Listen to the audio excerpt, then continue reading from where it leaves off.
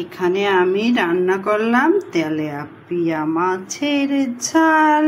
তেলাপোকা মাছ, তেলাপিয়া মাছ, এটা আজকে ঝাল রান্না করব। অনেক দিন কেনে না, শুনতাম যে তেলাপিয়া মাছ খেলে অসুখ হচ্ছে, এরপর থেকে আমাদের কিনা বাদ দিয়ে দিয়েছিল। এখন নতুন করে আবার কিনে আনছে আজকে। মরিচের গুঁড়া,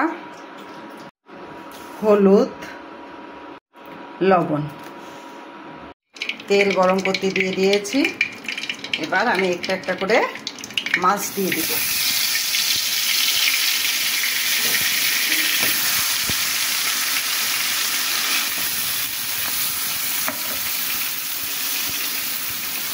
চারটে থাকতে একবারে বেশি দেবো না, পরে আবার দেবো। এই যে মাছগুলো ভাজলাম, ভালো হয়নি, দেখেন ভেঙে ভেঙে গেছে। এখানে আমি সর্ষা জিরে নিয়ে আছি, আর এখানে এই যে কাঁচামরিচ নিয়েছি। এই কটা এখন বেটে নেব। মাছগুলো এবার নামিয়ে নিই।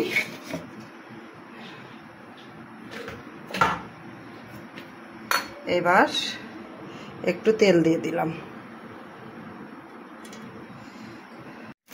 তেল গরম হয়ে গেছে, জিরে আর কালো জিরে তেলের উপর দিয়ে দিলাম। এখানে আমি সাদা সরিষা, জিরে, পেঁয়াজ, মরিচ বেটে রেখে নিয়ে চলে আসলাম। এটা দিয়ে দিলাম। এখন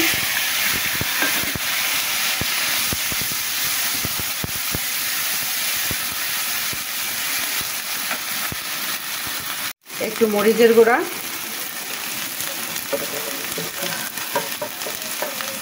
একটু হলুদ, একটু লবণ দিয়ে একটু নাড়াচাড়া করে নিলাম।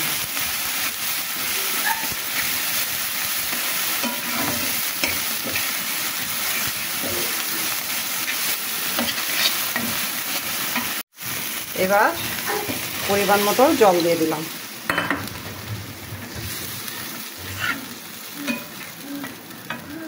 ঢেকে দেব।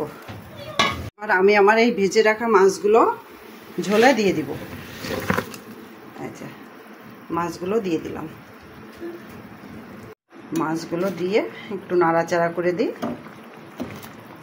আমার একটু ঝোল ঝোল থাকবে এটা, কারণ তেল বের করব না। কারণ ঝালেতে তেল বের করলে বেশি ভালো লাগে, অতিরিক্ত ঝাল। কিন্তু আমার তো খাবে না, কারণ যার জন্য রান্না সে যদি না খায়। একটু ঢেকে দিই। দুটো কাঁচামরিচ দিয়ে দিলাম। আমার কিন্তু রান্না শেষ। এখানে কিন্তু আমি রান্না করে নিলাম তেলাপিয়া মাছ ঝাল। এখানে আমি রান্না করলাম তেলাপিয়া মাছের ঝাল। তেলাপোকা মাছ।